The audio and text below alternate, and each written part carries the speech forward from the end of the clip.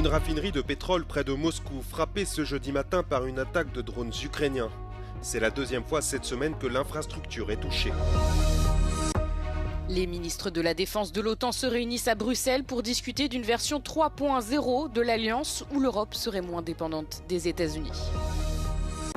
Donald Trump a signé un accord initial avec Téhéran, prévoyant notamment la dilution des stocks d'uranium enrichi de l'Iran et la levée des sanctions américaines sur son pétrole. L'Ukraine a lancé ce jeudi matin sa plus importante attaque de drones contre Moscou depuis au moins 2 ans. L'attaque a provoqué des incendies dans la région de la capitale russe, notamment une raffinerie de pétrole située en banlieue. C'est la deuxième fois cette semaine que l'installation énergétique est touchée.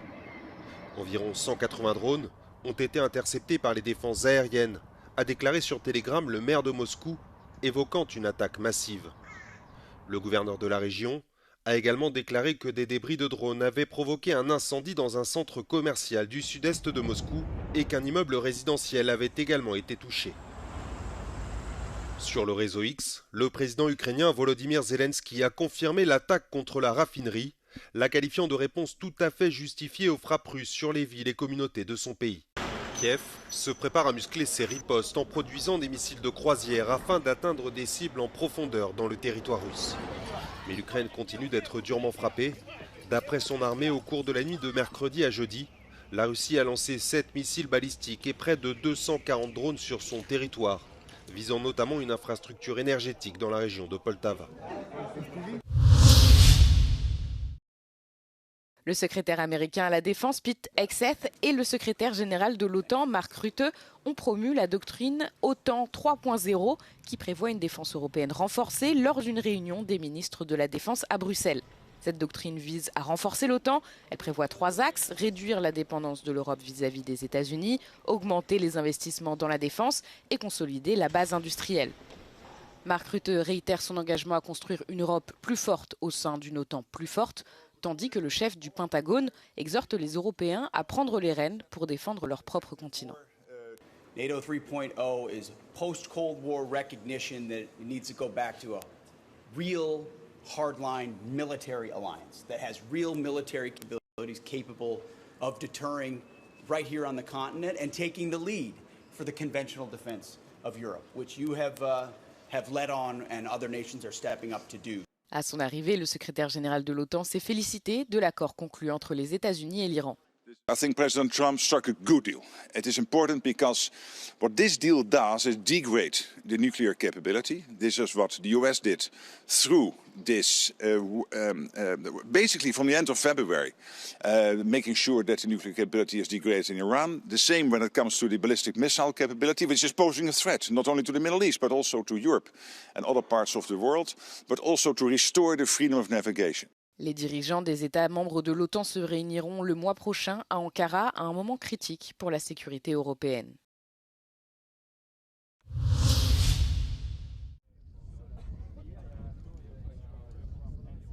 Depuis Versailles, où il dînait avec Emmanuel Macron, Donald Trump a signé mercredi un accord initial de paix avec l'Iran.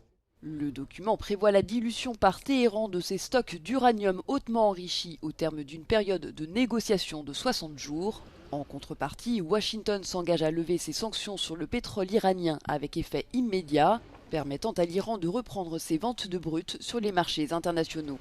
Les États-Unis s'engagent également à lever l'ensemble des sanctions américaines contre Téhéran en cas de conclusion d'un accord définitif. Cet arrangement, présenté comme un grand compromis par Donald Trump, prévoit également une cessation immédiate des hostilités et la réouverture du détroit d'Ormuz. Le texte réaffirme par ailleurs un engagement en faveur de l'intégrité territoriale du Liban dans un contexte d'attaques répétées d'Israël malgré un cessez-le-feu en vigueur. Ce revirement marque un nouveau changement de posture pour Donald Trump, qui depuis des semaines adoptait une ligne dure à l'égard de la République islamique et semblait peu disposé à faire des concessions sur ses objectifs de guerre. Ces exigences incluaient notamment la fin des capacités de production d'armes nucléaires de l'Iran, la destruction de ses capacités balistiques et navales et l'arrêt du financement de groupes alliés dans la région. Le président avait également appelé à plusieurs reprises à un changement de régime. L'accord a également été signé par le président iranien Massoud Pezeshkian qui n'a pour l'heure fait aucun commentaire officiel sur son contenu. Malgré cet apaisement affiché, Donald Trump a prévenu qu'il se réservait la possibilité de reprendre les hostilités en cas de non-respect des engagements iraniens.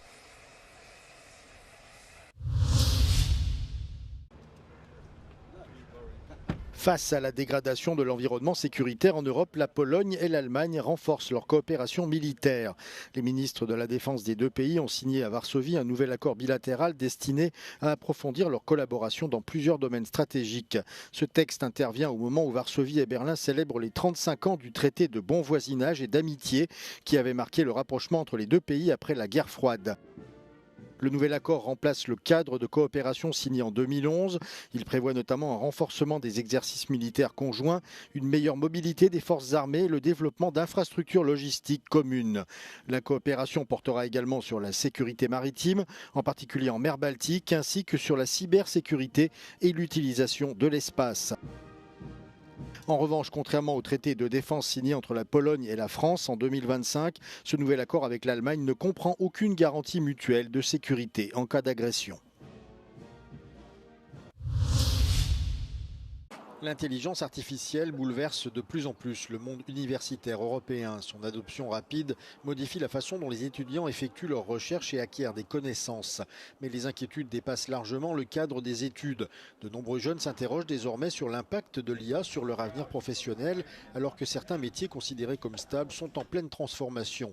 Même des institutions prestigieuses comme Oxford sont confrontées à ces défis et cherchent à adapter leurs méthodes face à cette révolution technologique que rien ne semble vouloir freiner. I understand the concern and the scepticism. I think it's not an easy time for the higher education system at the moment, financially, societally, and looking for future relevance in how we move forward.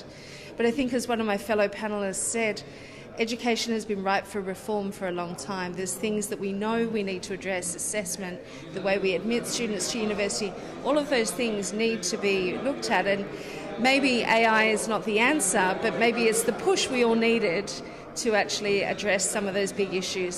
Le rôle des universitaires reste pourtant indispensable. Πάντα θα πρέπει να έχουμε τις δυνατότητες να κατανοήσουμε και την απάντηση, να δώσουμε τη σωστή ερώτηση και να ξέρουμε πότε μπορούμε και πότε δεν μπορούμε να χρησιμοποιήσουμε την τεχνητή νοημοσύνη. Αν δεν έχουμε τις βασικές γνώσεις που λαμβάνουμε μέσα από το πανεπιστήμιο, αυτό είναι κάτι το οποίο μπορεί να είναι αρκετά προβληματικό και όπως ανέφερα μπορεί να καταλήξει ακόμα και σε χαμηλότερη παραγωγικότητα. L'essor de l'enseignement à distance et des technologies numériques amène de nombreux établissements à se demander s'il est encore nécessaire de maintenir de grands campus universitaires. Πραγματικά έχουν αξία όταν υποστηρίζουν κάτι το οποίο είναι πάρα πολύ σημαντικό στην εκπαίδευση, που είναι το χτίσιμο των ανθρώπινων σχέσεων, η συνεργασία, η δημιουργικότητα που δεν είναι ατομική αλλά είναι συλλογική, ο διάλογος και η διαπραγμάτευση των ενιών, των αξιών, της γνώσης. Dans le même temps, l'Europe est confrontée à d'importantes pénuries de main-d'œuvre qualifiée dans des secteurs critiques, alors même que l'IA continue de transformer le marché du travail. Το επάγγελμα, ας πούμε, του αποθηκάριου, τα logistics δηλαδή που είναι και πυλώνας που μας ενδιαφέρει, ήταν να παίρνει απλά πράγματα από μία αποθήκη, να το πηγαίνει από ένα μέρος σε ένα άλλο. Σήμερα αυτό το επάγγελμα είναι να γνωρίζει προγράμματα WMS, δηλαδή συστήματα διαχείρισης αποθήκης, και να εκπαιδεύει εργαλεία AI προκειμένου να κάνουν picking, το λέμε, δηλαδή να βρίσκουν προϊόντα μέσα σε μια αποθήκη. Άρα λοιπόν αυτό δείχνει ξεκάθαρα ότι τα επαγγέλματα αλλάζουν. Les nouvelles technologies améliorent non seulement les conditions de travail, mais aussi les revenus dans les métiers techniques. Dans plusieurs pays, les plombiers et les électriciens peuvent désormais percevoir des salaires comparables à ceux de professions traditionnellement prestigieuses nécessitant une formation universitaire comme la médecine. Sur l'île grecque d'Andros, les visiteurs peuvent découvrir 5 monastères, dont le plus ancien de la mer Égée. Perché à 600 mètres d'altitude, le monastère de Panakrantos ressemble à une forteresse sur le versant nord du mont Gérakonès, où il se dresse depuis l'an 961. Le monastère abrite une icône de la Vierge Marie, que l'on pense être l'œuvre de Saint Luc l'évangéliste, ainsi que la relique du crâne de Saint Pantéléïmon. Son abbé, âgé de 93 ans, y vit depuis 70 ans. Το μοναστήρι το βρήκα ερειπωμένο. Δεν είχε ούτε δωμάτιο, ούτε τραπεζαρίες, ούτε κουζίνες, ούτε τίποτα. Δόξα τω Θεώ τη βοήθεια των ανθρώπων και ενός εφοπλιστού. Φτιάξαμε το μοναστήρι και υπάρχει σήμερα πολύ ωραίο και πολύ περιποιημένο. Le monastère est aujourd'hui un lieu de référence pour les habitants d'Andros et attire des milliers de pèlerins. Ήταν τόσο πολύ καλός ο κόσμος εδώ τότε, όπου είχαν το μοναστήρι ήταν σαν νοσοκομείο, σαν ίδρυμα, όχι σαν μοναστήρι μόνο για τις καλόγεροι. Ερχόταν ο κόσμος να πάρει τη χάρη του Αγίου Αντελήμωνος. Au-delà d'un lieu de recueillement, ce monastère historique est également une arche de l'art grec contemporain. Son imposante tour, restaurée, abrite une galerie dédiée à la spiritualité et à la création artistique contemporaine. La collection comprend environ 60 œuvres d'artistes grecs, représentant un large éventail de styles et d'approches artistiques. Μπορεί να φαίνεται ότι είναι κάτι πρωτότυπο ή κάτι παράτολμο. Στην πραγματικότητα όμως η Εκκλησία πάντα τολμά και χρησιμοποιεί τη γλώσσα της εποχής της για να κοινωνήσει το μήνυμα της αγάπης του Ευαγγελίου του Χριστού. Άλλωστε η τέχνη και η θρησκεία είναι συνομήλικες. Ανέκαθεν οι θρησκείες χρησιμοποιούσαν τις τέχνες της εποχής τους. Ο σκοπός που έγινε αυτό ακριβώς είναι και να υπάρξει ένας διάλογος ανάμεσα στην Εκκλησία, ανάμεσα στην πνευματικότητα και τους σύγχρονους δημιουργούς. Και αυτό να έχει και ένα αντίκρισμα στις σχέσεις της Μονής με τους επισκέπτες. Διότι οι άνθρωποι που επισκέφτονται το χώρο έχουν την ευκαιρία εκτός από το να δουν τα έργα, να συνομιλήσουν και με τους μοναχούς. Τους περασμένους αιώνες οι πύργοι προστάτευαν τα μοναστήρια από πειρατές και επιδρομείς. Πλέον αποτελούν κυβωτό τέχνης και συμβάλλουν στο πολιτιστικό απόθεμα και αποτύπωμα του νησιού. Από την Άνδρο για το Euronews, Απόστολος Στάικος.